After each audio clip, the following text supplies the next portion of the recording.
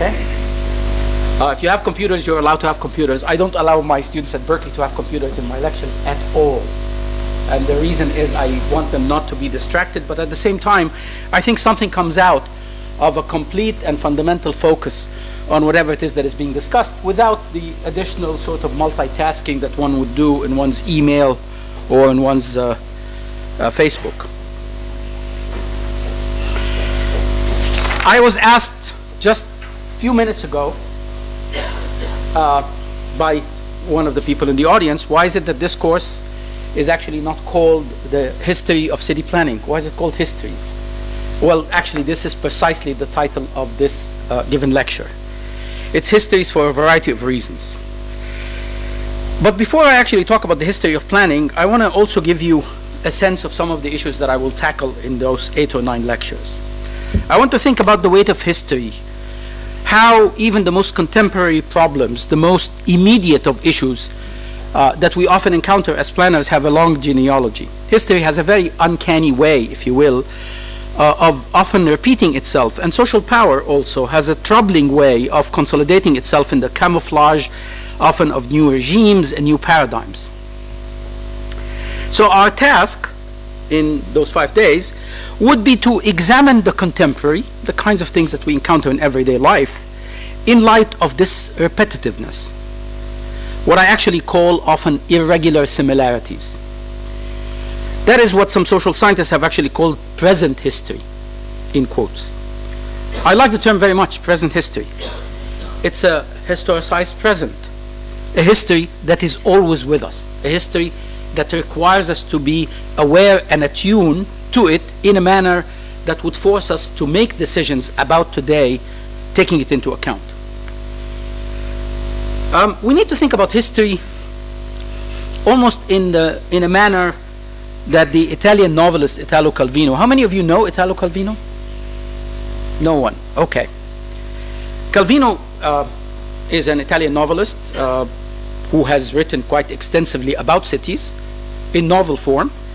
One of his most famous books that we often use in the teaching of city planning in the United States is a book called Invisible Cities. It's a novel. It's a novel. It's actually a series of vignettes. In that novel, he takes an encounter between Marco Polo, the Venetian traveler, who's partly an invented figure, not necessarily a real existing figure, if you will, and Kublai Khan, the famous emperor of China. Marco tells the emperor in the novel stories about cities that he has seen, and the emperor, in this case, actually questions him about them. That's the premise of Calvino's novel, Invisible Cities. I will actually return to this at the end of this particular lecture. So before we try to explore this history, one can actually ask, what is planning? This is a very difficult term, as much as it may actually appear easy to us. In one of my earlier books, I tried to find the exact equivalent to that term in 20 different languages, and to my great surprise, in some of those languages, the term does not even exist. There are other equivalents to it, as to envision, or to design, or to take action. But the exact equivalent does not exist. So this tells us something. If you look at the definition of planning in a dictionary, as a noun, you'll find the following things. It is an intention acted on or not. It is a map or a diagram. It is a scheme of taking regular action, like in making payments. This actually comes from the OED, the Oxford English Dictionary. But planning is also a verb. What does it mean in the dictionary? It means to decide, to act, to arrange, to prepare, to organize, to build. And the etymology of that term, which is the origin of the word, usually clarifies to us what it actually means, at least in the English language, the language that we're using here, which is not the only language of planning, of course. The origin of the term is Latin, and it comes from the term planus, which actually simply means, in Latin, in this ancient language, which is the origin of Italian and Spanish today, as a plain. Plain. Just something that is out there. Does the noun come first, or does the verb? Well, its first appearance as a word plan to the 15th century and in France, which actually used to describe a representation of a specific piece of land that was owned by someone. It appears as a verb in the English literature, in the first English dictionary, if you will, as a verb, only in England to describe, and that's very interesting, the preparation of a military campaign. So there's action here, and there's action that is actually violent, and there's action that has to do with occupying the land, possibly of other people. So what is planning for us, city planners, and how do we study its history?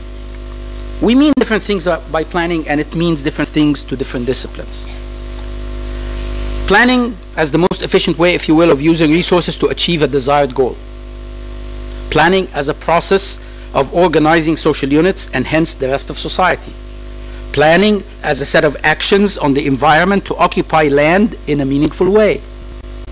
Every one of these definitions can be easily contested, and each one of them comes with a whole host of parameters and problematics.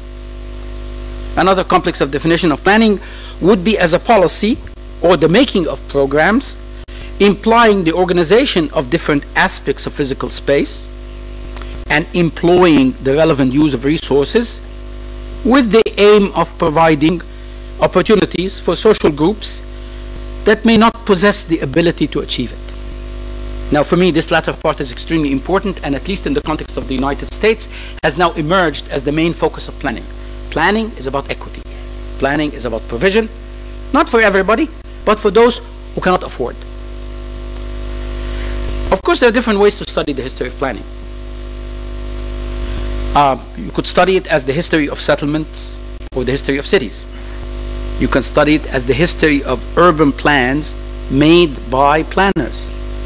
You can study it as the history of policies that impacted the land and communities. You can study it as the history of development as a discourse and as a practice.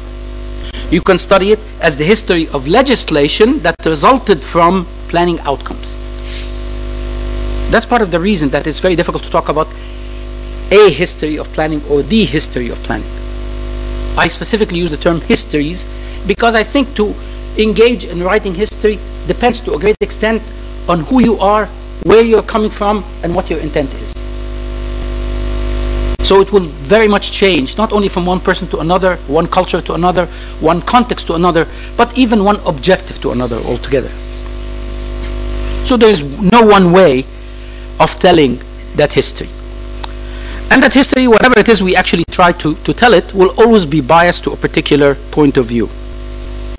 At its most fundamental level, there has always been a failure in planning, if you will, to address the basic questions of mainstream modernist history. And here I'm making a difference between the history of planning, which is what we as professionals who engage in planning or in architecture or in urban design engage in, and what historians who are simply writing the history of nations or the history of communities may actually do.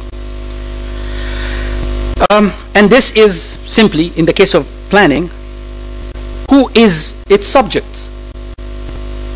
The boundaries of planning, it's important to recognize that planning practices across the world are fundamentally different.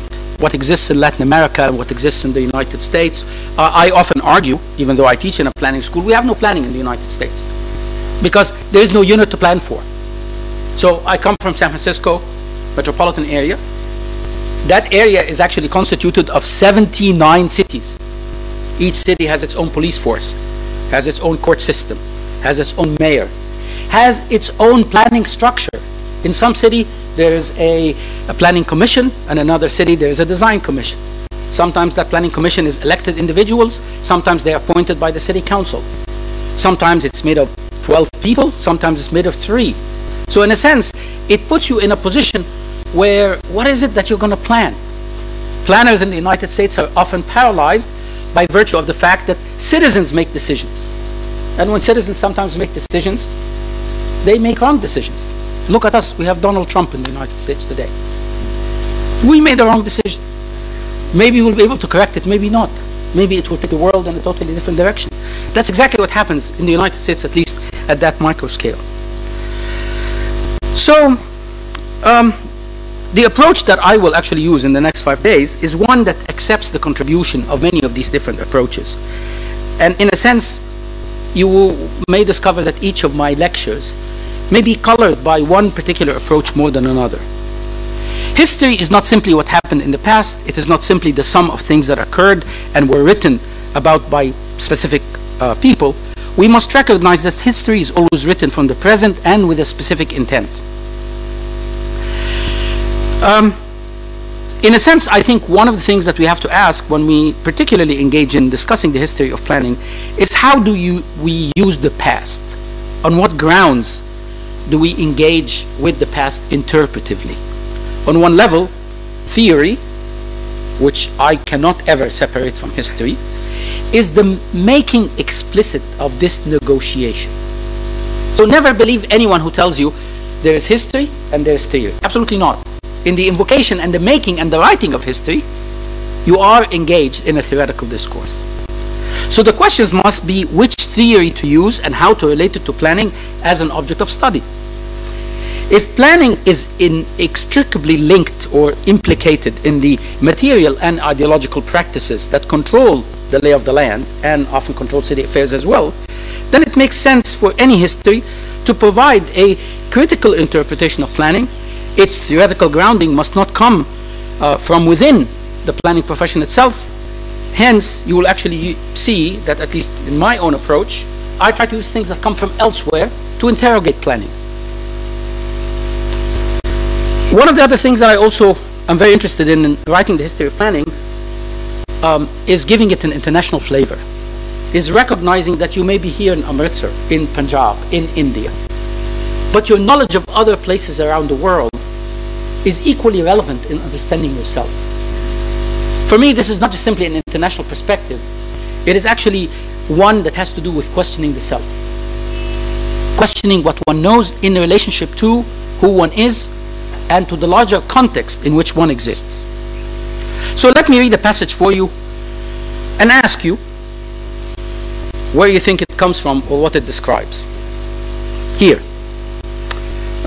Actually, I think I should move. Now this is not moving. Ah.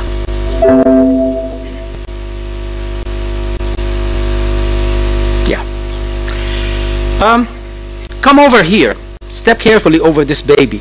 It is a baby, in spite of the rags and dirt. This gap between this dingy brick wall in the yard, this strip of smoke-colored sky up there, is the heaven of these people. That baby's parents live in the rare building here.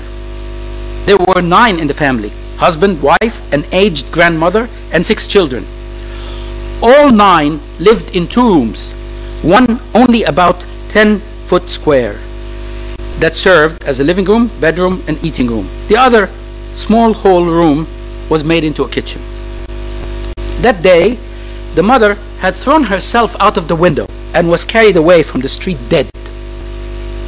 She was discouraged, she said some of the other women in the slum who had come in to look after the children.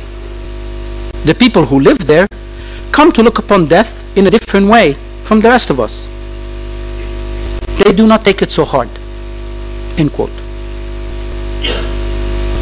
If I ask you, what time and what place is this? Can you guess?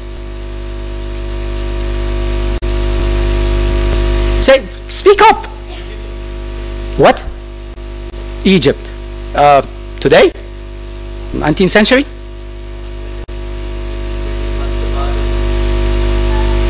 Okay. That's one guess. What else? Industrial era England. Very good. What else? This is New York, 1890. It's a description that comes from a beautiful book which was actually written by Jacob Riis, called How the Other Half Lives, more than 100 years ago, yet extremely still relevant to us in parts of the third world, like India, which I actually don't consider a third world anymore. But in a sense, because we often use this language of slums and squatters all the time. In this very specific book, which, from this passage that I read for you, clearly there is a third world imaginary.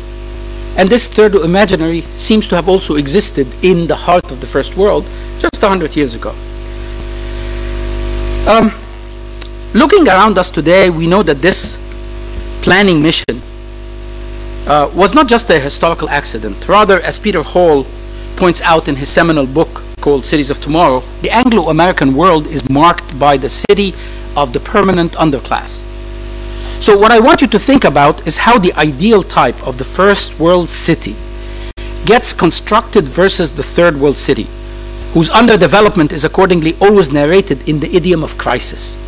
Bombay or Mumbai is in crisis. Kolkata is in crisis. Cairo is in crisis. Nairobi is in crisis. And when New York is in crisis, it's not called a crisis. So why is that? And how is it that we can, in a sense, deal with this?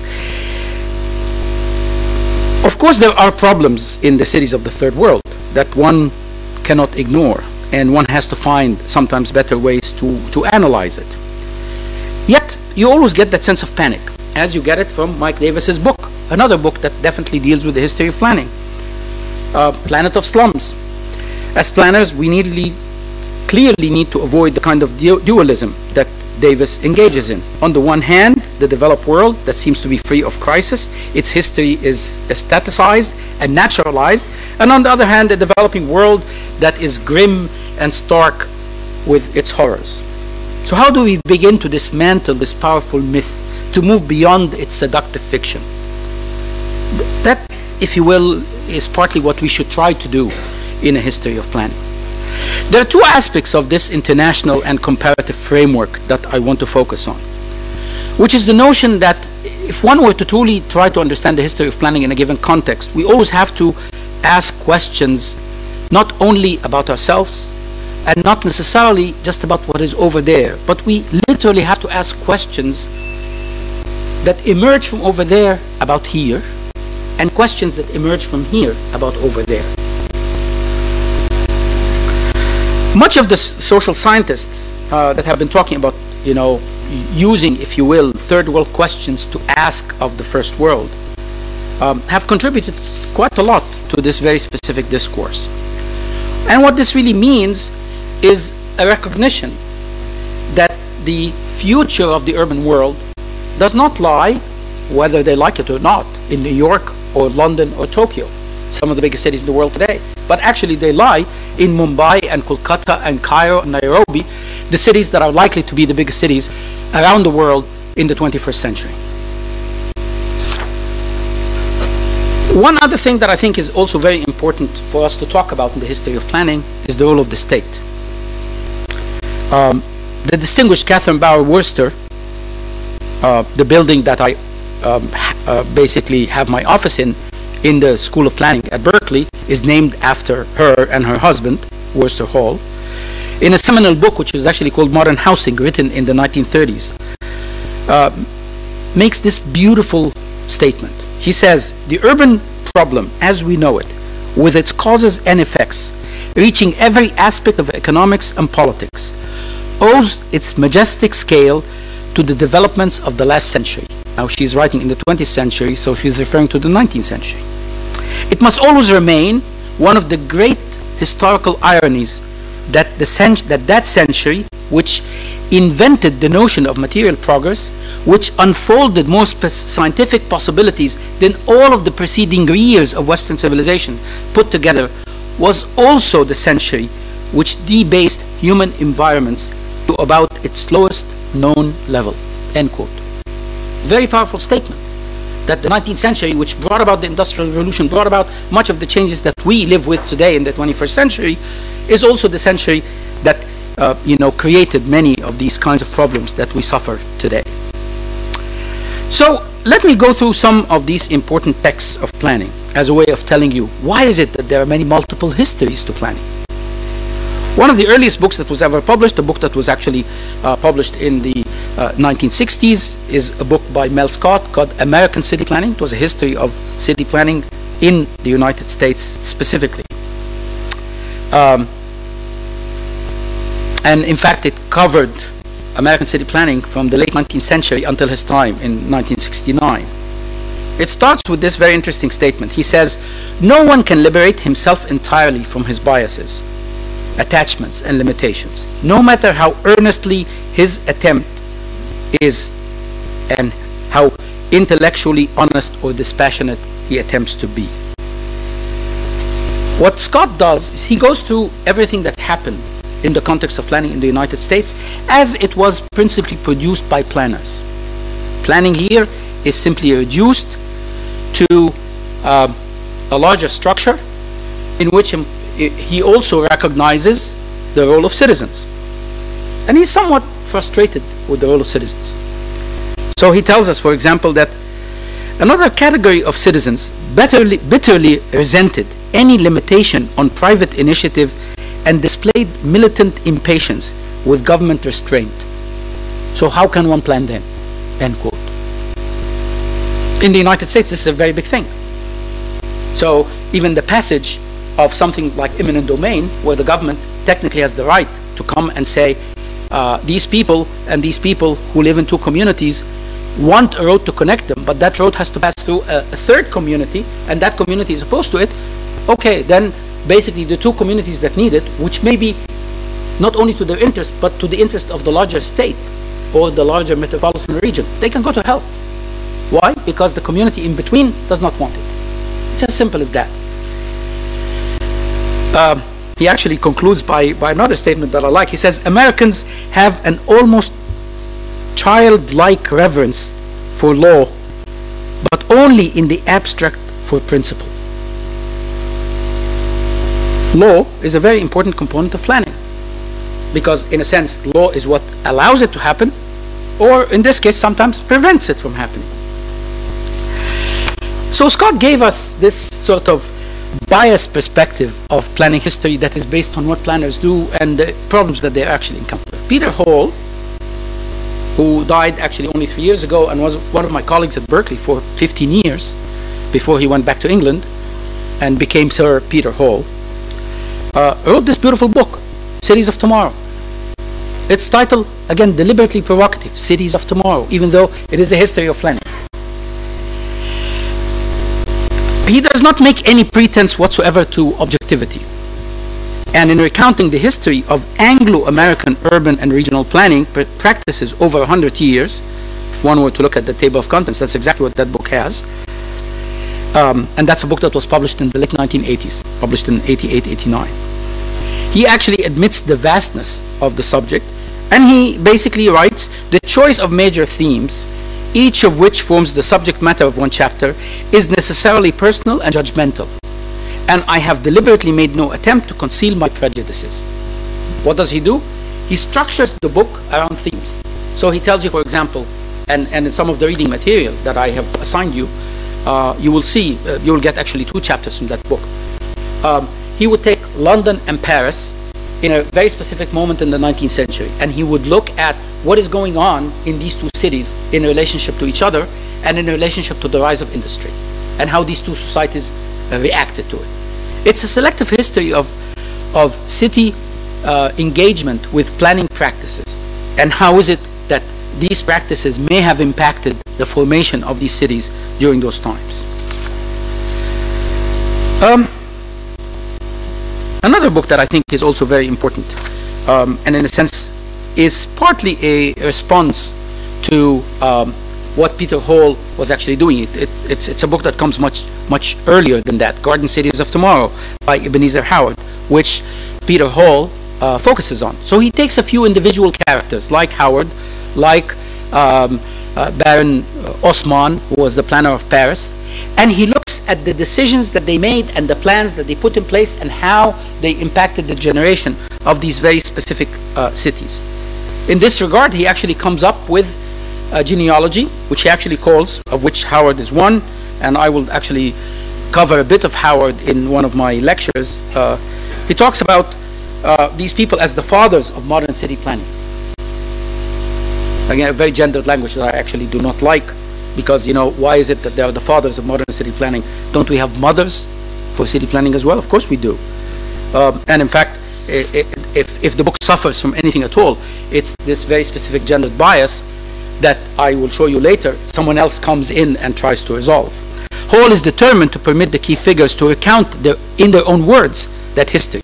So it's a history of city planning told by planners who had in fact planned many cities, told in their own words.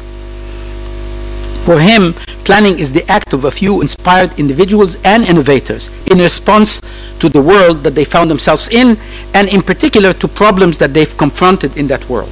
He suggests, and I'm quoting here from one of his chapters, ideas do not suddenly emerge by some kind of immaculate conception without benefit of worldly agency, but equally human beings, especially the most intelligent and the most original among them, are almost infinitely quirky and creative. And surprisingly, therefore, the real interest in history lies in the complexity and variability of their human actions and reactions. End quote. I think this is very relevant because it sort of allows us, in a sense, to sort of understand the history of planning as also partly the history of these figures, whether they had the right intention or whether they pursued the right approach.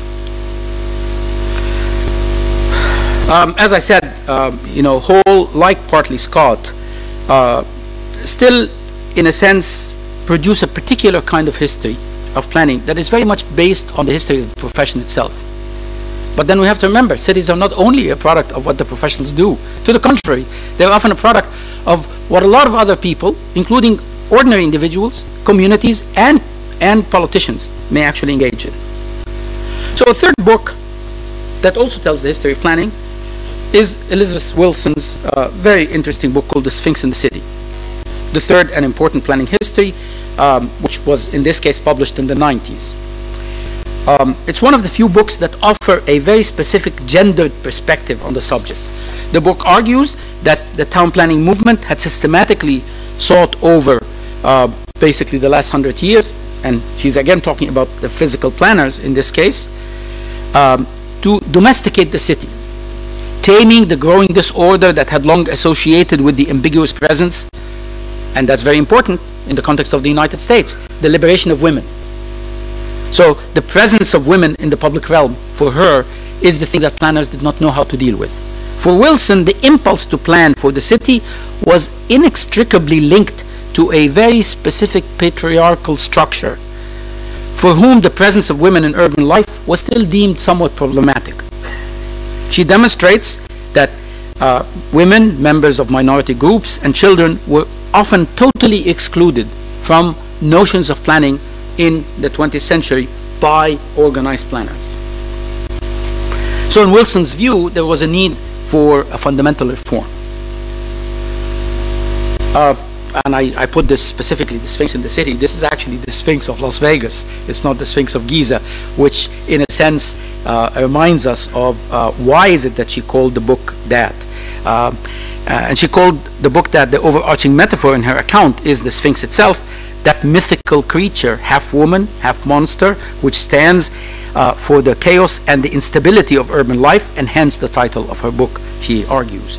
And she says, women have become an eruption in the city, a symptom of disorder, and a problem, the Sphinx in the City. That's how she actually introduces the book herself. Christine Boyer writes another history of planning, also from that very specific time period, 1993, called Dreaming the Rational City. You notice each one of these books have a title in which the term history doesn't even occur, even though that's exactly what they're writing about. She chronicles what she considers to be the rise of institutional planning mentality, specifically in the context of the West, but with a focus on the United States, and with an origin in basically the social reforms that have occurred in the world, and mainly again in Western Europe and the United States, around the mid-19th century, with the era that was called the City Beautiful movement, the functional programs of the first half of the 20th century. At the outset of her narrative, she states her intention to subject such a traditional planning historiography through an analytical prism of the theories of Michel Foucault, the very famous French philosopher. What was Foucault interested in? He's interested in power. He's interested in how language was used as an instrument of domination. Hence, how planners also used language, but also used plans as a similar instrument of domination. From that, she actually goes on to sort of make a case that planning is hegemonic. Planning is not, innocent. To the contrary, planning in and of itself is often in the service of individuals or of politicians or of systems of government. And at the end of the day, that is the hegemonic component that planners have to deal with ethically. Henri Lefebvre, the very famous French philosopher, writes a couple of books that easily qualify as a history of planning. His most famous one is actually called The Production of Space, published initially in 1974, but was not really published in English, and hence it didn't become known around the world until the late 90s. It provides perhaps the most useful strategic overview, which gives us an analysis of the spatial exercise of power as construction and conquest of difference.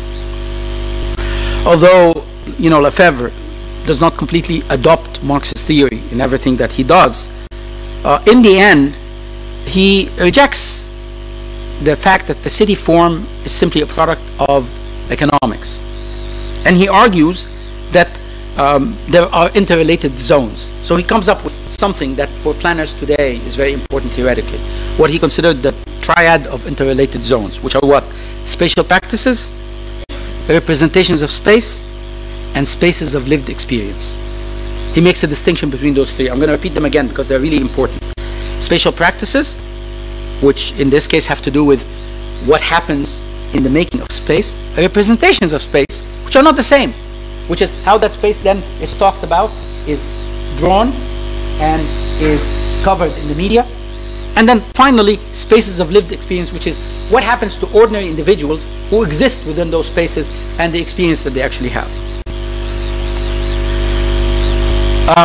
Lefebvre had students, one of whom is the brilliant Manuel Castells, who has written quite extensively in a variety of ways, was also one of my colleagues at Berkeley, but he is now back in Barcelona.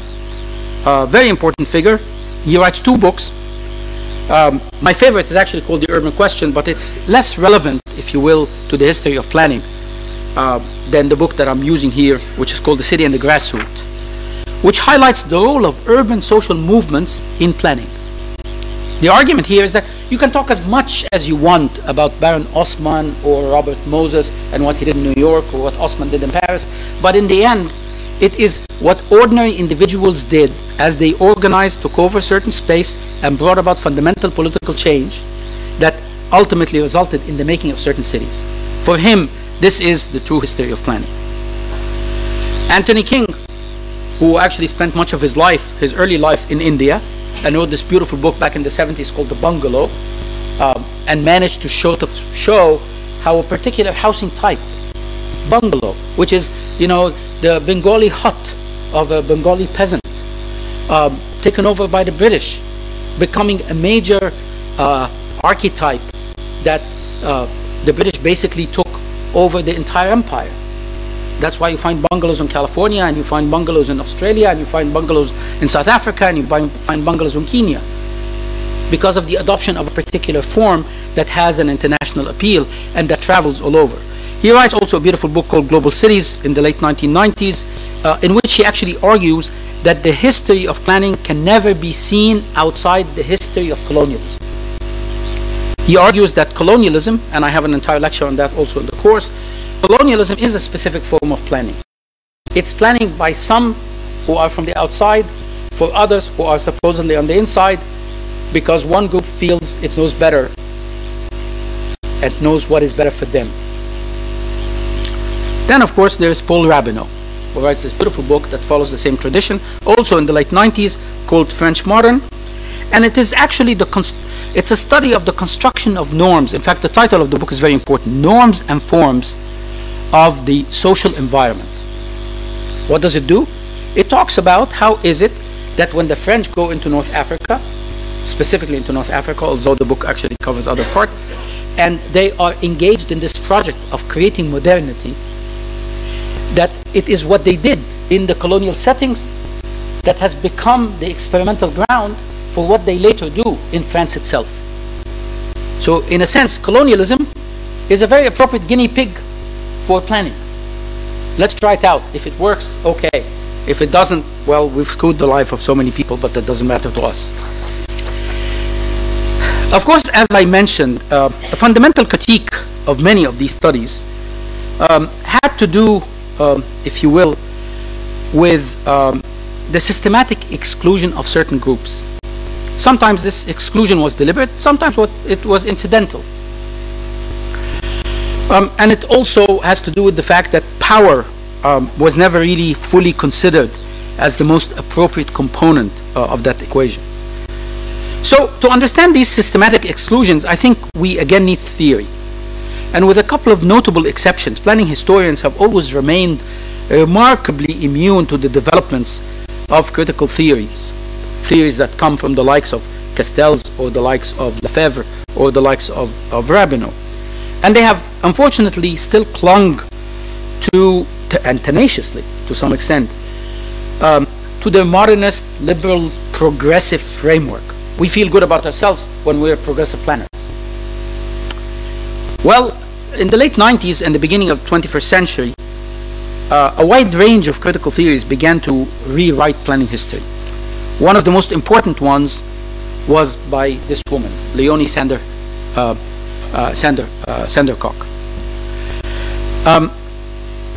Taking the lead, in fact, Leonie Sandercock, who actually teaches right now at the University of British Columbia, did not simply argue that we need stories that would rewrite the history of planning about these forgotten individuals or communities, about, you know, the role of women in the city or the role of minorities in the city. No, she actually argued much more aggressively that what we really need, and I think this book, which is an edited volume, so it has contributions from many different people, is a fundamental recalibration of planning to focus on issues of social justice. So, for example, looking at how is it that certain groups were excluded is very important. Why were they excluded? What is the parameters of their exclusion? Is it just simply what you actually get in situations of minorities that are ignored by majorities? Is it discriminatory? We need to move from planning history, she argued, to histories of planning, which is part of what I'm doing here. We need to move from the history of the city to the idea of a global urban history, a history that transcends time and place. And that actually allows me to come back to Calvino that I started with. I think I'm still doing well on time, Sakshi. We need to think of history, as I said earlier, like Calvino's narration of the cities of this world for the Emperor Kublai Khan. It's very interesting because in the novel, the Emperor does not believe anything that the Venetian traveler actually tells him. But he continues to listen with a great deal of fascination about the cities that Marco Polo is almost inventing.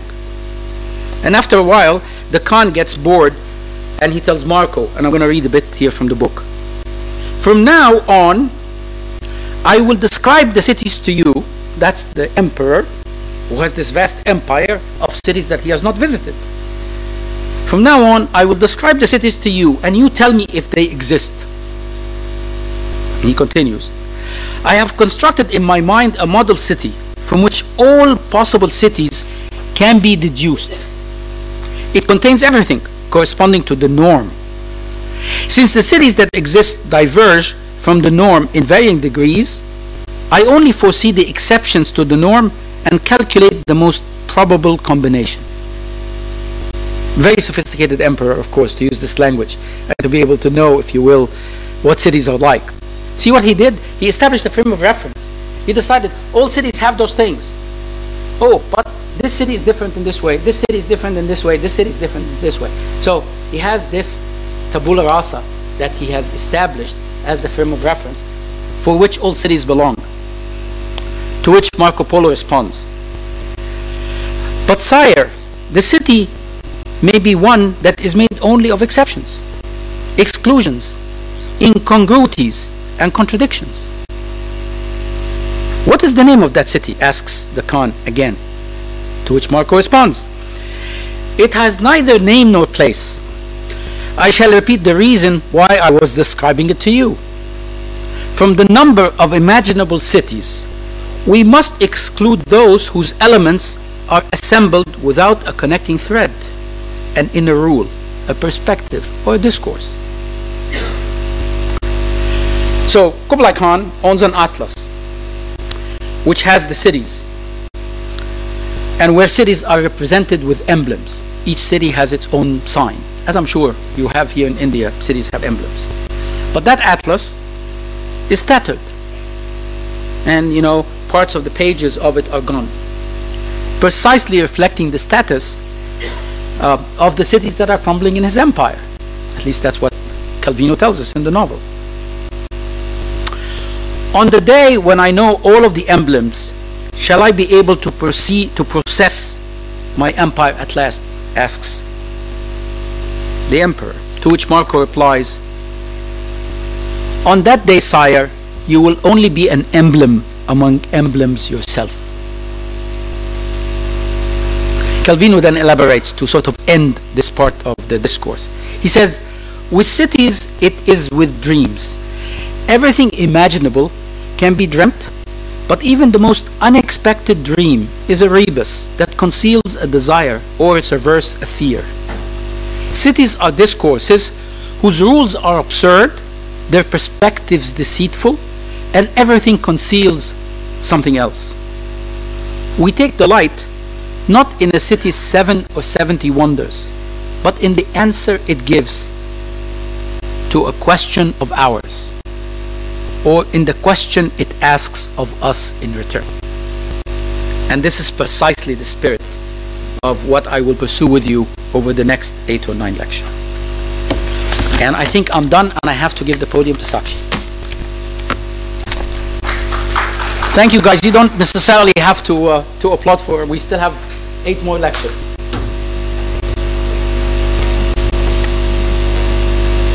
Is this light okay for you, or do you need more light? You sure? Excellent.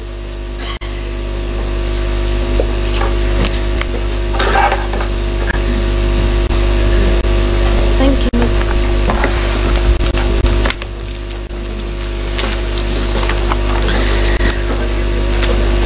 Arbab, you have to help me.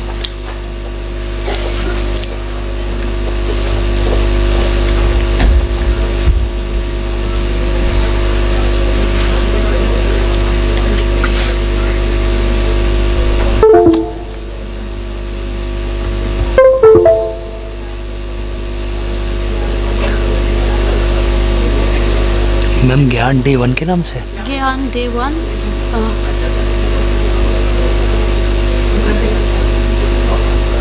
You can open this directly. हाँ ये वाला Yeah. Copy कर लेता हूँ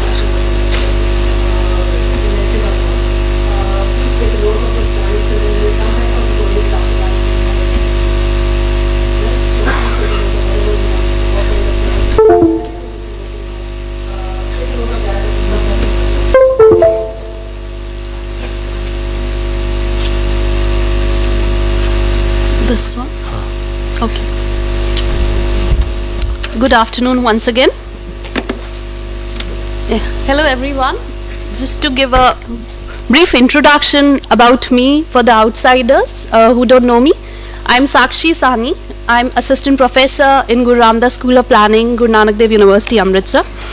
And by qualification, I am a BTech Urban and Regional planner from Guru Ramdas School of Planning.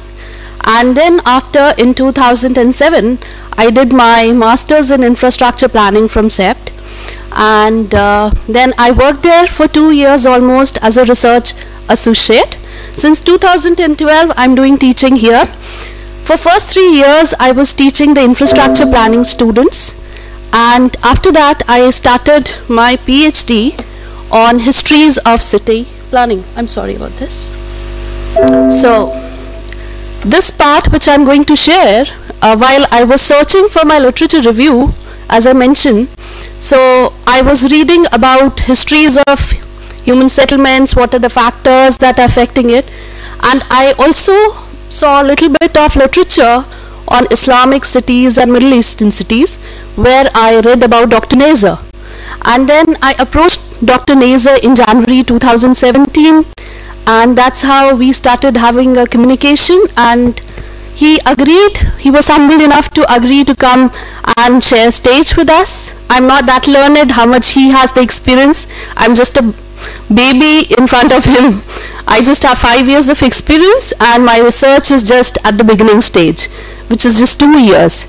So Dr. Neser accepted the invitation, and we had this course in September, but he had some health issues, he had some heart problem and stuff, so we postponed the course to December this year. And to be very honest here, all the faculty members who are sitting, they have been my teachers from School of Planning, Sandhu sir, and I have studied from them a decade back. So I'm still shivering, sharing stage here and talking to you about what all I'm going to speak. So I'll be talking about factors affecting the histories of human settlements and how I arrived at these factors, although Dr. Neser has given a number of references of the books in American city planning and histories. So I don't know that much honestly, but what I have derived in these 2 years is I have read Urban Pattern, Gallian. I have read couple of more books like Kevin Lynch, Morris and Spiro Kostoff, and then I have tried to derive themes out of these. So I'll be mostly discussing my themes, that what all these authors are talking about and what they have to say and what are the common themes that are coming out from the histories. So when we talk about a settlement, so what has to be there, or what are the parameters when we define a settlement? So I'll start with what is a settlement. So a settlement could be a place where people live. It could be an ancient settlement in Turkey, or it could be a settlement in ancient India like your Mohenjo-daro, Harappa. It could be any other settlement which could be discussed in our historian texts like Arth Shastras and Mansara Shilp Shastras. They also talk about settlements and their size and structures. Like Benares, it's an old town, that can also be classified as a settlement.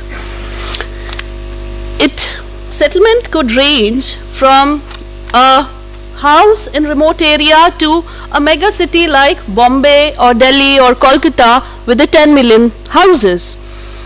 And if we talk about the ancient settlements, we have the Ur, which is like courtyard houses of Ur, and it could be temporary or permanent. I'm sorry about this. So all these factors have come into being, and there were certain factors which we'll be discussing in the next section. We have this Mohenjo-daro Harappa settlement, which is so-called organized settlements in Indian history. We have the old Benares town. We have a settlement, I told, this could be a Bombay or a single stone house in Portugal. We have a city of Ur, one of the oldest city. And then coming back to the factors which are affecting the history of human settlements. There are two factors which Morris describes. One of the factor which he talks, Morris, Gallian, all these people talk about some of the natural factors which have shaped the history of human settlements. So we'll discuss the natural factors first, that what are the factors these people talk about. So first is topography. So if we are talking about any town, it really depends on its settlements density, its topography. If we are seeing towns or cities like Leh Ladakh, it will have, as we go higher on the elevation, the density decreases. So the topography will depict whether it will be a higher density town or a lower density town. So if I'm talking about fertile plains of Punjab, where the climate and where we have a topography which is plain, we'll have a high density of population, and that has been depicted in the history also. And if we talk about abandoned settlements of Serbia, they generally reflect that topography has played an important role in, say, abandoning those settlements. Then there are also boundaries between various ethnic zones which we can talk about, which connect to remarkable geographical divides, like a water divide could be there, a mountain, a pass. So that will depict where the settlement will come. So as I told, the kind of density we'll have in Punjab, we'll not see that in Shimla or in Leh Ladakh. Like this one example, I already told that fertile soil will also depict the direction of growth. This is all natural. But if I'm talking about man-made, I can give an example of Amritsar, Atari border. So man-made border has been there, and the growth of Amritsar has been restricted till there. So this is the topography. We have many towns or cities in the histories which have been reflected on the seasides, right? Like Mumbai. The direction of Mumbai will grow according to the linear growth will happen according to the sea. And island could be Arabian Island, Lakshadweep Islands, or Maldives, or Bali, or Hawaii, all these islands. Peninsula, India is a peninsula, we have Arabian Peninsula, we have putting their natural climate response shelters. So if I'm talking about Ur or the courtyard housing of Ur, or even if I'm talking about Jaisalmer, for example, the climate is so hot and dry that it is temperature is dangerously high in the morning, and at night the wind is blowing. So according to the climate, the response shelters have been designed. So igloo we know in Arctic Ocean. Second is courtyard houses of Ur. We also have mashrabiyas, which are also based on your climate in the Islamic cities, or the jharokas which we see in Indian cities, in Rajasthan, especially in Hawa Mahal and all the typical Indian monuments. So for settlement, hot dry climates, Koensberger says that all the hot dry climates will have compact settlements, narrow streets, and warm humid areas will have scattered buildings and vegetation which is arranged to provide maximum shade. These are the various impacts which I could get out from these climates. Then what is the next parameter is construction, available construction materials and technology, like local materials. So if I'm taking example of Mesopotamia, the mud brick was a common material, stone in Makkah, marble we have in Greek, and masonry, stonework in European cathedral. Similarly, if I have to talk about Indian examples, Jaisalmer sandstone. So right now, today also in present day context, we are using the available construction material. But in Amritsar, I can say we have changed from Nanak Shahi brick. It was in the Guru's period. We have replaced it. The whole of the old walled city has been replaced, and we have put all modern material there. So in local context, we are not following those, but historical parameter was a construction material. Then marble in Rome. The fourth parameter was water resources. So wherever there is a settlement that is coming, will have all these civilization, whichever civilization evolved, they all were near the water bodies. So if we are talking about Egyptian civilization, it was on bank of river Nile. If I'm talking about Indus Valley, on bank of river Indus. And if I'm talking about Chinese civilization, it was on banks of Huanghe river. And water would flow in Sikh towns, particularly if I am seeing, there would be a static water body like a pond or a sarovar that we are seeing in Amritsar, in Goindwal, Aboli, or there would be a dynamic flow of water body like we see river in Tigris or Euphrates, which is flowing in Babylon. So water has been important source from the historical point. And why all the settlements emerged on the banks of water or a river? Because it was used as a transportation mode, it was used for bathing, for agriculture. So water was an important parameter for, say, for needing, you need fresh water for all your activities. So water was another important parameters. So this is about the different eras and the civilizations, and all were near navigable river. Like Euphrates in Europe, Mesopotamia, Syria, Assyria, everywhere the water was important. So we had some important, I could get some of the maps of urban forms along the water body. So this is Benares, and historically Benares evolved near Ganga. So Indian towns also were evolved near water body. If I'm talking about Ahmedabad, Sabarmati river was there. So if I'm talking about Delhi, Shahjahanabad, Yamuna river. And there were certain cities which failed because there was no water, or certain cities were abandoned. Especially if I could give example would be Fatehpur Sikri. It was a failure because there was no water there, and the capital had to be shifted from Agra again to back to Delhi or Shahjahanabad because of failure of water. Similarly, Singapore I already talked beforehand.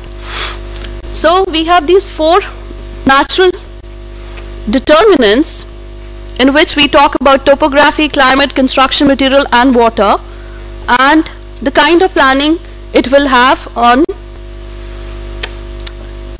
history. Second determinants, after following the natural determinants, we have the man-made determinants. In the man-made determinants, there were certain forces which were made by the people themselves. So natural, climate and other things, no contribution was done by a human. But when there was an intervention by a human, that time man-made forces came into being. So we had a political intervention. So first power was political, in which there was agriculture surplus and domestication of animals, in which village formation took place. And people had to see that they have responsibility to live together in a clan or a community, and whosoever was the most powerful among them became the tribal leader. Several villages under the denomination of victorious tribe leader. So who was victorious became the king. And there were rising powers of leaders, empires were created, and rulers took titles of kings and emperors. So we had government also. Government was a feudal government, and the authority was in the hand of authoritarian hands, like the king was the authority that time. We had city-states, each had its own ruler, also the head of religion. They were eventually united, single rulers, and King Hammurabi, he created the code of conduct. If we see the history, it pertained to all aspects of life. And in some, especially tomorrow we'll be discussing about medieval. So there was a charter that was given by the king, and the people had to follow that charter. And whosoever would not follow that charter would be denied from water rights or from defense purpose. So everyone had to follow the charter which was given by the king. During the medieval period also the barbaric ruler was there, and land was parcelled to lords. There were landlords, and they pledged the military support. And if we see, there were wars among different feudal lords. All the people were fighting among themselves, and they would get connected, or they would take power. Whosoever was more powerful get control of the other's land. So there were higher tax collection also. In the walled cities we had higher tax collection, whosoever would come for trade. Similarly, we have medieval cities. In medieval cities, tomorrow I'll be discussing in detail the wall, the street pattern, marketplace, cathedral, charter or fortress. So wall was there for protection of people. So a king was there, but he had to defend his kingdom. So he created wall around his, and the medieval city would have a castle in it, a marketplace or a bazaar in Islamic city, which we also talk in Indian city as a bazaar itself. So we have lot of similarities of medieval cities with the Islamic cities, which I'll be discussing tomorrow. And we had a cathedral or a church which dominated the city. So the charter, as I already explained, and there was a fortress for the king or the ruler. So I could get one example of Israel. In the Israelite period, city gates were part of a strong, massive tower through which the road ran. They were narrowed by 2 or 3 embasures, and they were closed during the night. Even in India, if I'm talking about Amritsar, there were 12 gates, so all were closed during night time. So all those who could come for trade, they would stay in the sarai or a guest house which was near to the wall, and they would go back the next day. And you had to pay tax if you are entering into the wall of the city. If it's Rajasthan or Amritsar, like we pay toll tax, so similarly if I'm entering into the territory, I have to pay tax for that. So all these factors like led to evolution of organic farm. There was a corporation, and whosoever won a war, say, it would form its own ward in a city, and the city would grow like a cell. So every ethnic community would form its own cell. So there would be different katras that we'll be discussing tomorrow. So everyone would have its own nucleus, its own market, its own bazaar. So all the people who were coming, they could belong to different communities, and they could belong to different ethnic groups. So similarly, there was mix of diverse people, mix of diverse communities in different areas, and they used to be like living cell, each having its own center. After the political, there was a military supremacy. City acted as a military base. So if I have to show that city is acting as a military base, I will express my power through boundaries and gates, through walls, through a parade route which I will make in the city. I will have a dominant landmark. It could be India Gate, it could be a Rashtrapati Bhavan, it could be any other monumental mark which I leave. And then there was the use of elevation of size of a elevation or size on which I would create a monument. There was a bilateral symmetry and a regular order during the colonial time, and there was emergence of gridiron form. So in the later medieval, there was grid plan which came out of military necessity. I have to showcase how much military I have in my area. So what? A parade route will follow itself. It was in Paris, it was in Germany, it was in Delhi, colonial Delhi. Then we had religious symbolism. If I have to show religion, religion had something to do with king.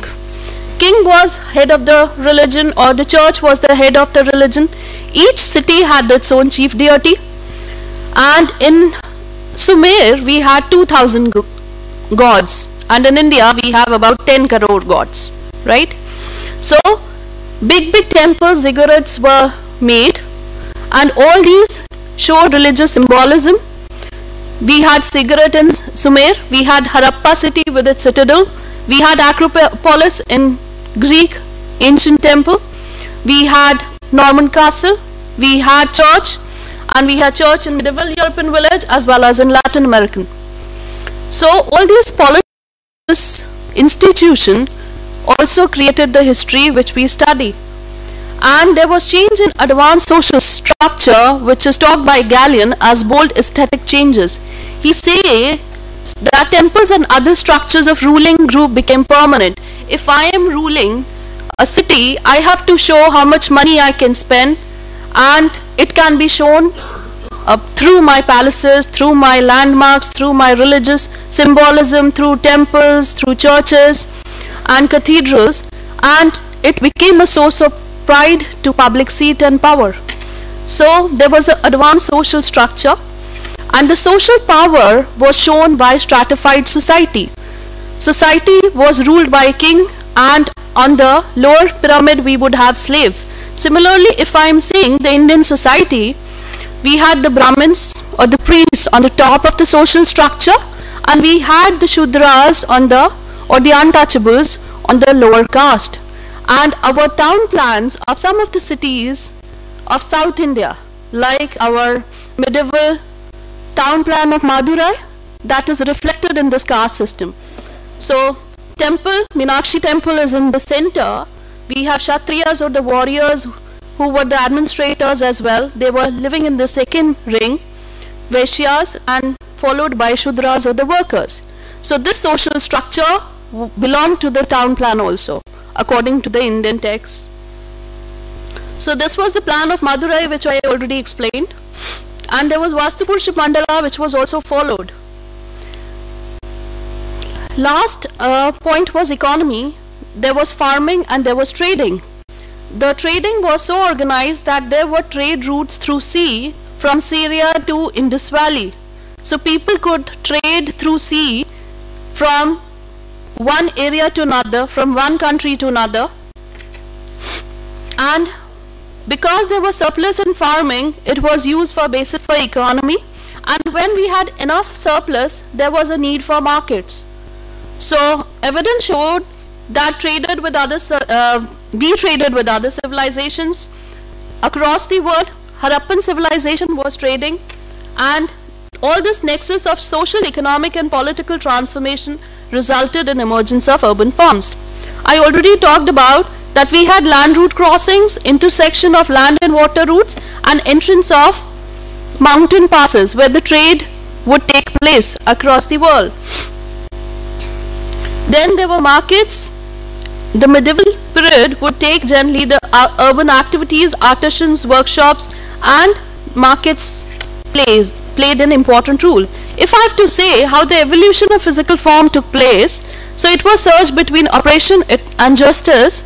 There were degree of freedom as well as slavery. There was wars among the feudal lords, and it resulted into natural and man-made forces which took place. There were also locational determinants like availability of potable water supply, which I already mentioned. There were communication links, coasts for trades were needed, and there were resources. So if I have to explain or derive what all I derived, so these were the derivations from these three books as I already mentioned, and these are the themes which I could derive from these texts. These are the referencing. In the end, I would just like to show you a 2-minute video about the evolution.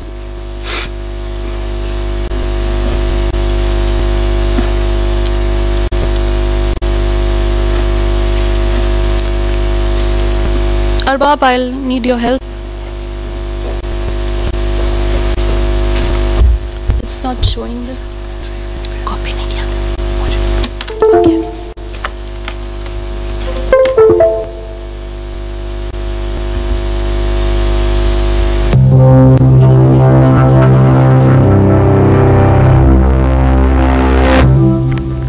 Today, more than half of all people in the world live in an urban area. By mid-century, this will increase to 70%. But as recently as 100 years ago, only 2 out of 10 people lived in a city, and before that, it was even less. How have we reached such a high degree of urbanization, and what does it mean for our future? In the earliest days of human history, humans were hunter-gatherers, often moving from place to place in search of food. But about 10,000 years ago, our ancestors began to learn the secrets of selective breeding and early agricultural techniques. For the first time, people could raise food rather than search for it, and this led to the development of semi-permanent villages for the first time in history. Why only semi-permanent, you might ask? Well, at first the villages still had to relocate every few years as the soil became depleted. It was only with the advent of techniques like irrigation and soil tilling about 5,000 years ago that people could rely on a steady and long-term supply of food, making permanent settlements possible. And with the food surpluses that these techniques produced, it was no longer necessary for everyone to farm. This allowed the development of other specialized trades and, by extension, cities. With cities now producing surplus food as well as tools, crafts, and other goods, there was now the possibility of commerce and interaction over longer distances. And as trade flourished, so did technologies that facilitated it, like carts, ships, roads, and ports. Of course, these things required even more labor to build and maintain, so more people were drawn from the countryside to the cities as more jobs and opportunities became available. If you think modern cities are overcrowded, you may be surprised to learn that some cities in 2000 BC had population densities nearly twice as high as that of Shanghai or Calcutta. One reason for this was that transportation was not widely available, so everything had to be within walking distance, including the few sources of clean water that existed then. And the land area of the city was further restricted by the need for walls to defend against attacks. The Roman Empire was able to develop infrastructure to overcome these limitations. But other than that, modern cities as we know them didn't really get their start until the Industrial Revolution, when new technology deployed on a mass scale allowed cities to expand and integrate further, establishing police, fire, and sanitation departments, as well as road networks and later electricity distribution. So what is the future of cities? Global population is currently more than 7 billion and is predicted to top out around 10 billion. Most of this growth will occur in the urban areas of the world's poorest countries. So how will cities need to change to accommodate this growth? First, the world will need to seek ways to provide adequate food, sanitation, and education for all people. Second, growth will need to happen in a way that does not damage the land that provides us with the goods and services that support the human population. Food production might move to vertical farms and skyscrapers, rooftop gardens, or vacant lots in city centers, while power will increasingly come from multiple sources of renewable energy. Instead of single-family homes, more residences will be built vertically. We may see buildings that contain everything that people need for their daily life, as well as smaller, self-sufficient cities focused on local and sustainable production. The future of cities is diverse, malleable, and creative, no longer built around a single industry, but reflecting an increasingly connected and global world.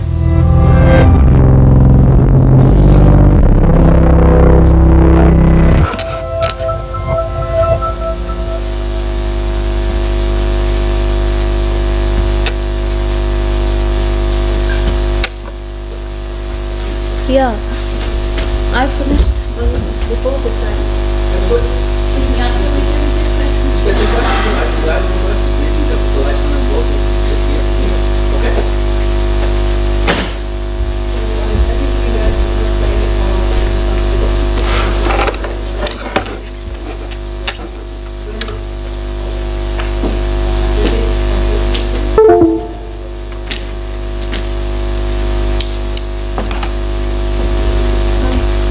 I have to get another chair. I'm not going to...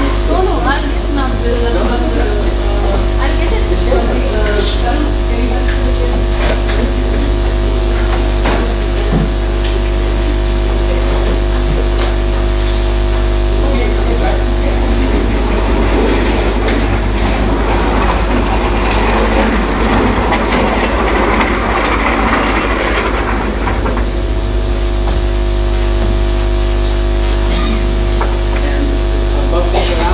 Get the lights on so that we don't have to be in the dark.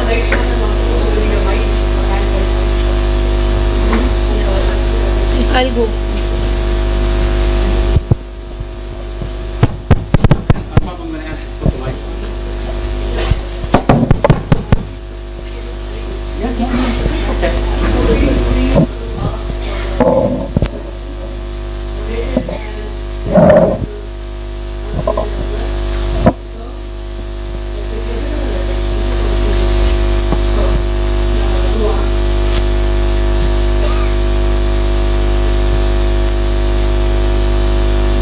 Come on, people, don't be shy.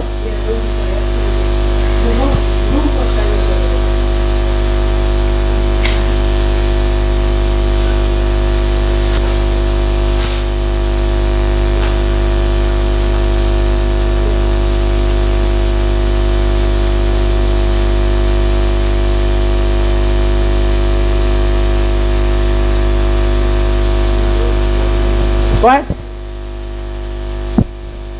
Hello. So we talked about different approaches that has been taken up in the history. So can you conclude a single approach which is viable today on what aspects we should include while we are planning for our cities, based on the historic theories and all which have been included? Well, I mean, the point of what I said was that it very much depends on what you want to achieve. So in reality, no. Of course not. I would not recommend a singular approach. I would basically instead reverse the equation and sort of say, well, why is it that we need a planning history? Your need of a planning history in Amritsar may be fundamentally different from my need of a planning history in Berkeley, California. In addition, your need of a planning history as a planner working for a small town in Punjab may be very different than my need as a policy consultant for the Kuwaiti government trying to come up with a regional plan for the 21st century of its cities. So in reality, I think that the most important aspect is to be able to figure out what aspects of planning history are most relevant to the problem at hand. Of course, there is a need to know planning history as general knowledge for all planners, of course. And in a sense, part of what Sakshi presented today was precisely that. There is a need to know how certain aspects of urban life, how certain aspects of the regional condition, how certain aspects of social life, of belief, of religion, so on and so forth, may have impacted the generation and the making of cities and the sustenance of cities altogether. Planners operate in a context of limitations. And one of the ways by which they can deal with that is to ask history for lessons of how precisely some of these problems may have come up before and how they may have been resolved since. So no, my answer to your question is a bold no. I would not necessarily recommend a single approach, nor would I even recommend a single book. So for example, I mean, Sakshi used 3 particular books, 2 of which actually happened to be by my advisor. So Kevin Lynch was my master's advisor, and Spiro Kostov was my PhD advisor. Complete coincidence in this case. Arthur Gallion is, I think he passed away some years ago already. But those 3 books were absolutely seminal in the 70s, 80s, and 90s in terms of defining how one would actually look at the history of planning, but in very different ways. So for example, Gallion's book is called The Urban Pattern. And it is a book about how certain patterns have emerged over time that allow us to understand the evolution of human civilization, and hence of urbanism and urbanization. Kevin Lynch was interested in something totally different, but he partly gave us a contemporary history of the city. Why? Because he said, look, wherever you are in the world, you go around, whether you happen to be from Amritsar, or I'm from Berkeley, or this person is from London, whatever city you put us in, regardless of its size, regardless of its nature, regardless of its history, we will perceive it visually in a somewhat similar way. And he said, how? Why is that the case? Oh, because when we look at the city, we discover that all cities have edges. So an edge is a common factor in all cities. All cities have major streets, which you call paths. So we will perceive the city as having streets, having edges. All cities have districts. I move from this area to this area to this area of Amritsar, and suddenly things change. So I'm aware that I moved from this district to this district. And by district, he doesn't mean an administrative unit. He means a visual unit, where suddenly here the houses were all small, but here they are all tall buildings. All cities, he argued, have landmarks. Why? Because I look around and I see a tall building, or I see a particular thing that stands out that only this city has. Only one city in the world has a golden temple. Major landmark. Landmark for the entire city, landmark for the entire world. All cities have nodes. Why? Because these are places that people go to either by traveling with their cars or as pedestrians. So he created a language by which you can view the city. He went about saying, okay, and his first work, which was done in the 1960s on Boston, what he did was he brought a number of people, not from architecture or planning, ordinary people, and he told them, draw me a map of Boston. And every person drew him a map, and they identified a number of things, and when he looked at all of those things, he discovered that these 5 elements that I just told you about are the most common in all of the maps. So he came up with a language by which you can discuss the city, and for him, by which you can also tell the history of the city. In one of my first books, a book called Cities and Caliphs, I took this approach and I applied it to some of the early cities of the Middle East to sort of see if that visual image of the city actually works as a way of telling that history. I don't believe in that anymore. Today I'm very, very critical of this approach. Why? Because I actually realized that while the elements work, the elements have different values for different cultures. So different cultures value certain elements more than others, and hence emphasize them. Lynch himself, after writing this book, decided that, well, you know, there are other things that are more important in the city than the elements.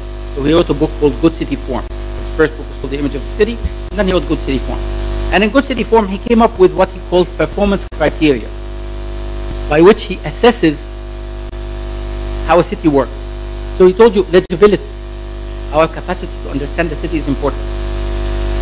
Or he told you something like efficiency, the way a city functions as efficiency. Connectivity. He came up with these criteria, came up actually with 5 performance criteria. But then again, as time passes by, he and others recognized that these don't always work. So for example, efficiency, which meant moving from point A to point B in the shortest possible distance, almost as a single line, may not necessarily be what a particular society or culture which wants certain forms of control, gender control, political control, or what have you, would want. They want people to actually stay put in certain areas. You take that and apply to colonial cities. One of the major and principal aspects of what colonialism, for example, encountered in India and in the Middle East was a lot of these medieval cities were miserable for colonial administrators. Why? Because you have a riot and they don't know how to catch the rioters. They know how to, hide themselves and escape in the cavernous streets, if you will, of Algeria or of Old Delhi. So what is it that colonialists did? They just came in and plowed through the city, creating major streets, not to create efficiency, so that the tanks can come in and attack the rioters, attack the revolutionaries, attack, the resistance. So in a sense, for every single approach that we can take in trying to understand the history of city planning or apply, there are impediments that we encounter. And here you have to be very sensitive to the cultural context in which you're working. And you have to ask yourself at the end, why is it that you're engaged in using history over here? You want to add something? The colonial people also, what I understand is they even add on to cantonments, in especially even if we see Amritsar or Jammu or any XY Indian cities, they didn't want to mingle with the local population. Spanish did, some of them, but other people, they wanted to live outside the walled city of Amritsar. So they made the cantonments, the mall roads, and there they settled with 1 acre bungalow, FL rights, broad acre cities. In mall roads and in cantonments, they had their own military aspect. Everywhere they did not plow even. So that was my point. Yes. We will actually talk about the colonial city much more extensively. In fact, I'll give examples of French colonialism and British colonialism and how different they were in precisely responding to this very specific issue.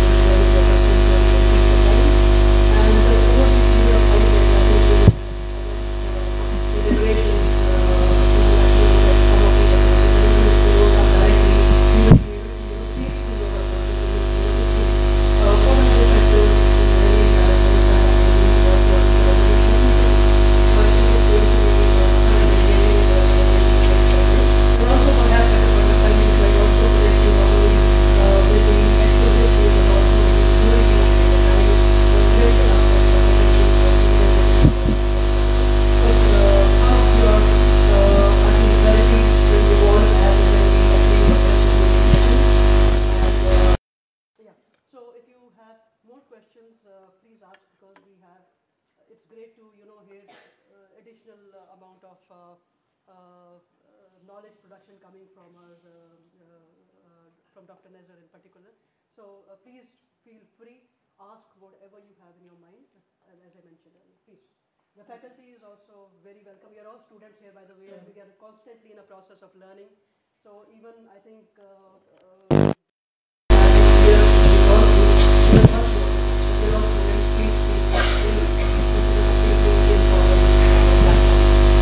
I think you can also ask questions that have absolutely nothing to do with what we discussed. I mean, that's the whole idea of this kind of exchange. So we can do it in the evenings. Yes. I have a question. Yes. Yeah. Please. The two I wish you to explain the students and the audience here about structure of cities with themes, the theme-based structure, how the research is to be done, and secondly about GAHTs, GAHST, sorry. Oh, that I told you about today. Yes. So I would like you to explain to. I mean, this is coming from a professor of architecture, so we'll sort of move beyond just talking about city planning. But I didn't get your first question, Rawal. Can you tell me? You told about in order to understand the city structure, yes, it should be understood based on the basis of the themes. Yes. So what are the various themes where actually the audience can research upon? Of course. One of the things that we have in the world today, and we're very fortunate, which we did not have in my time. In fact, I remember the first time I had an access to Kevin Lynch's book, The Image of the City, which was in the, published in the 60s. I got exposed to it in the 70s. I had to have a photocopied copy of the book. I couldn't afford to have anything but a photocopy. Now, almost every single book that you want does exist to some extent on the web. So you have an advantage that my generation certainly did not have an advantage. This is a very good and extremely complex question. So if you are going to try to understand the structure of the city, how do you understand it? You can understand it in terms of factors that affected it, which is what Sakshi tried to do with this lecture. You can understand it in terms of elements, which is also part of what someone like Kevin Lynch was, in a sense, trying to do. But you can also understand it, as some have actually tried, by starting with a given theme. So Spiro Kostov, Sakshi used his book, A History of Architecture, but there are two other books that he did which are very relevant. One is called The City Assembled, and the other one is called The City Shaped. Having written A History of Architecture, and like me, in a sense, it was very interesting because the title of his book, which is the one that Sakshi was also referring to, is called A History of Architecture. This was the first book to be written in the 1980s with the A, because all books that were written before that, going back to a question that one of you asked me earlier, were called The History of Architecture, as if there's only one history of architecture. And it's not true. It's absolutely not true. There are so many different histories that can be told, and there is no one that is better than the other. The infamous book here that I'm going to refer to for us to be able to answer your question is a book that I'm sure those of you in architecture have been exposed to, called Bannister Fletcher, The History of Architecture. A huge book like this, 800 pages, initially produced in the 1890s. By the time I went to school as an undergrad, it was in its 27th edition. So you can imagine that it kept being printed and printed and printed. It's a very interesting book. They kept adding things to it. But of course, that entire book was based on one simple and singular idea in telling the history: evolution. So it was based on an evolutionary approach to history. What does that mean? It meant, for the Europeans in this case, because Bannister Fletcher was British and he was Sir Bannister Fletcher, always wanted to find a way to explain their civilization. So what was great about European civilization? Oh, it was the Romans, because the Romans controlled the entire world, just like America thinks it controls the entire world today. The Romans controlled the entire world. Oh, but before the Romans, there were the Greeks. And before the Greeks, there were the Egyptians. So basically, Bannister Fletcher decided he's going to tell the history of architecture, starting from ancient Egypt, going to ancient Greece, going to the Romans, and then continuing with medieval, Romanesque, Baroque, Gothic, Baroque, so on and so forth, until he got to the modern age. By the time he actually got to modern, he was completely lost. But in doing so, there are certain things that did not fit. Didn't fit this approach. Islamic architecture and urbanism didn't fit. Hindu architecture did not fit. Sikh architecture did not fit. So he had to actually come up with a title. So he came up with the title which he called Saracenic architecture. He put all of these things in that title, which actually today is an extremely derogatory term that no one will ever use. But that's how Fletcher actually dealt with it. Oh, literally almost 80 years later, Kostoff comes in. Of course, Kostoff is very critical in that book that Sakshi used of Bannister Fletcher. He barely mentions him. He basically says, this is a history of architecture because it has to do with what I will choose to tell you. Fletcher chose a particular approach, which is based on evolution. I'm choosing another approach, in his case, an approach that is based on recognizing that the history of the world is a history of communication between peoples. So instead of writing about, Gothic architecture or writing about Islamic architecture, he actually does something very brilliant. He says, there was a lot of communication between Cairo and Florence in the 9th century, when Cairo was a very important city and Florence was an important city. Or, I'm sorry, between Baghdad and Florence. There is also the same kind of communication in the 15th century between Cairo and Venice. So I'm going to look at Cairo and Venice at the same time. I'm going to look at the trade that existed between them. I'm going to look at the architecture that existed in Cairo and the architecture that existed in Venice and see if there are things that I can tell about the history of humanity and humanity's products in terms of the built environment in this particular map. So in a sense, you see a fundamental change that is occurring bit by bit. So by the time Kostoff's write The City Assembled and The City Shaped, he's inventing a new approach. In The City Assembled, he takes the same notion of Kevin Lynch, the elements of the city, but he has different elements. So for him, like the square, very important. The residential quarter. And he writes a chapter about the square across the world. He tells you there are squares in China, there are squares in the Middle East, there are squares in Europe in the Middle Ages, there are squares in America. So he has a chapter on the square as a public space that accommodates people. Of course, in this case, without necessarily engaging in an evolutionary strategy, he shows you how squares in ancient Egypt operated, how the agora in the Greek city was a kind of square, how the forum in Rome was a kind of square, how the different kinds of piazzas that occur in medieval Europe, particularly in what is today Italy, also were squares that functioned in certain ways, so on and so forth. In The City Shape, he does something different. He says, if you look around the world, from China all the way to the United States and across time, you discover that certain cities seem to have adhered to certain shapes. Why is it we have 20 cities that look like a star? Why is it that we have hundreds of cities that are in an exact grid? Why is it that we have some cities that are an exact grid, but a grid that is placed deliberately on top of a hill? So even though it's a grid, you move on a street and suddenly it comes to a stop because you have to walk downstairs because you cannot continue the street up and down.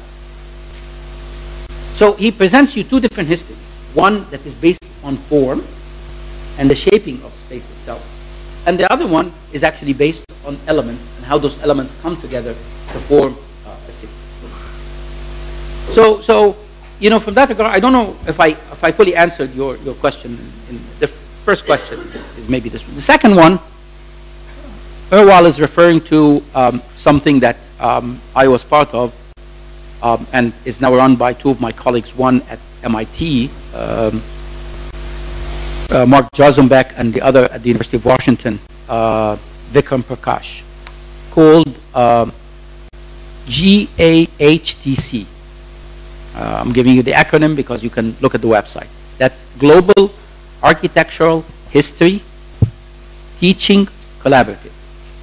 Global Architectural History Teaching Collaborative. It's an amazing idea. It's an idea that they've come up with.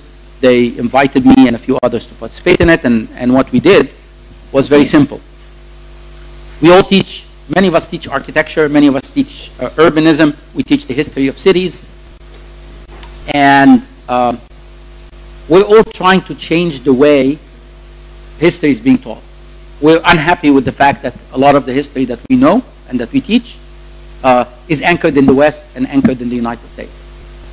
So to challenge that, we said, okay, what we want is to see what people can write about that will be part of this global architectural history. So as of now, we actually have about 74 lectures.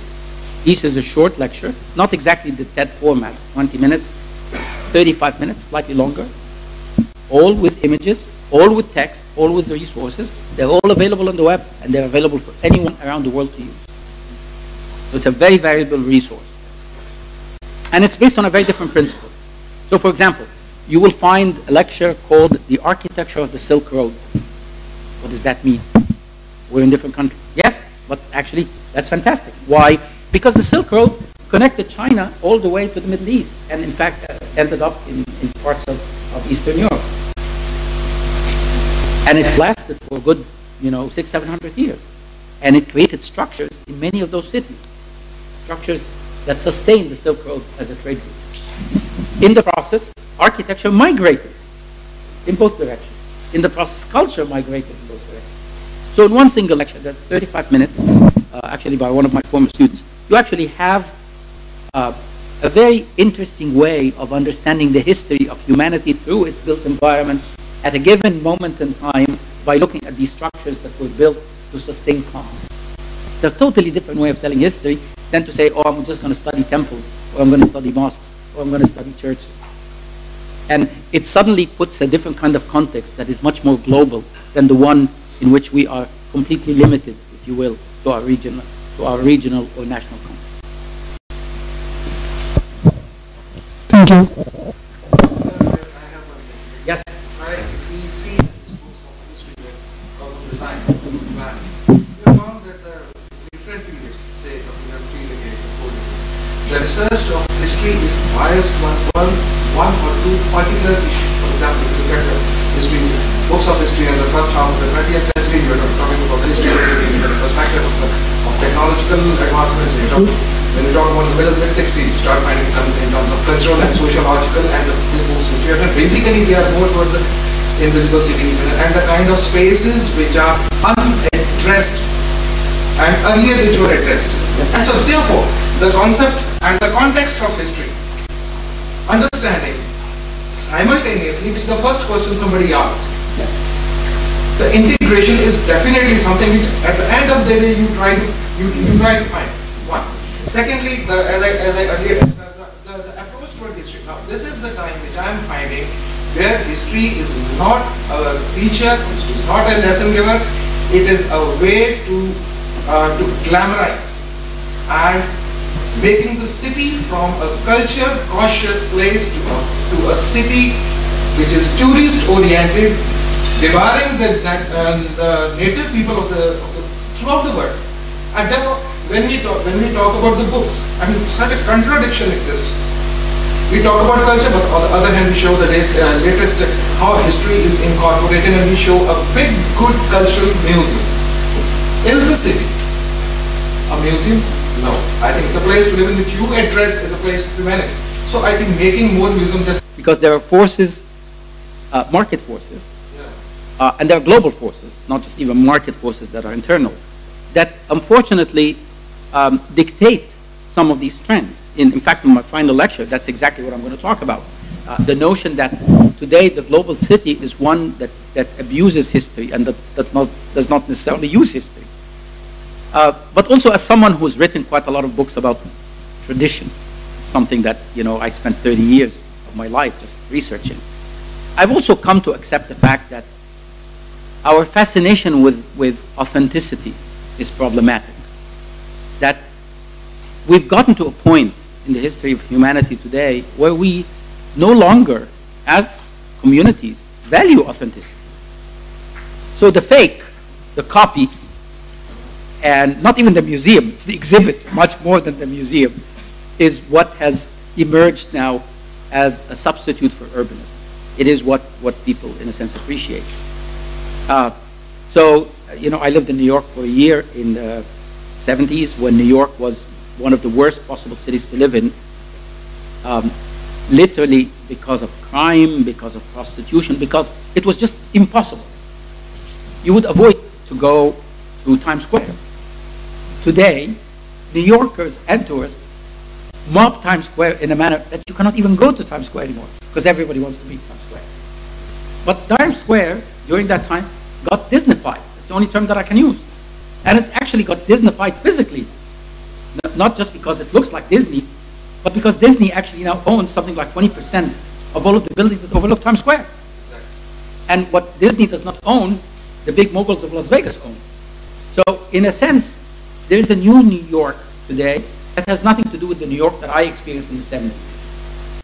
I can't object to that. I have to take it as it is.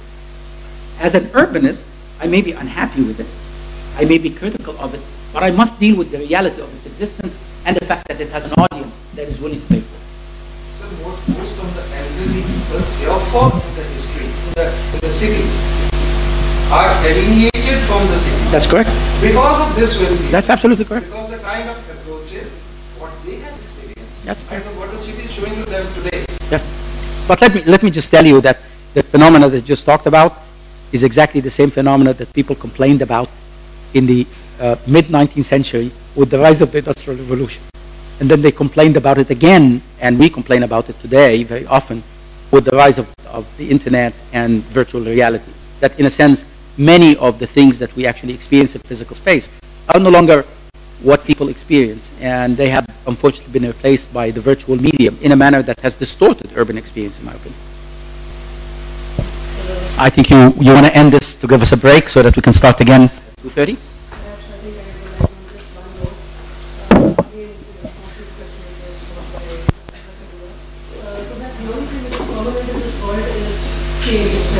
So we continue to go through that process of grinding and learning, and carrying the same discussion forward really. Right now it's time to break for lunch. So lunch is waiting for all of us, so kindly go downstairs. Mr. Nizar, thank you very much. Thank you. Thank you very much for this session. And I think we've set the ball rolling. Yes. Thank you. Oh, I don't have slides for this one. Oh, I'm just talking. So tutorial. I'm actually gonna talk from here. Yes. No, I have a little lecture. Yes.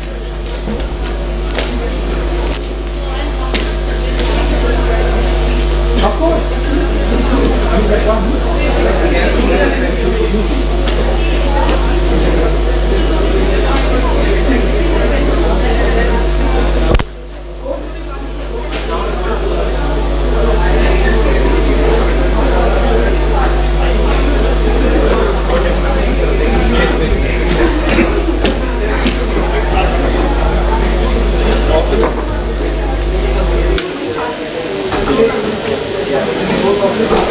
Laptop off करना है छोड़ दे of ना है किसके laptop है किसके ये नहीं है ऑफ ना किसका ऑफ ना बुड्ढे का change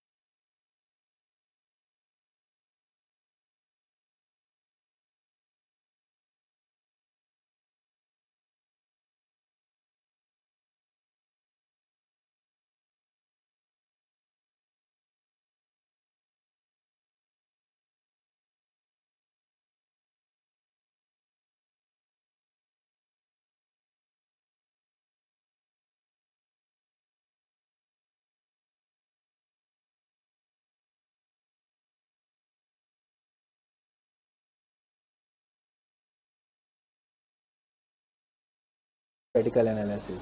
You can directly commit here. This is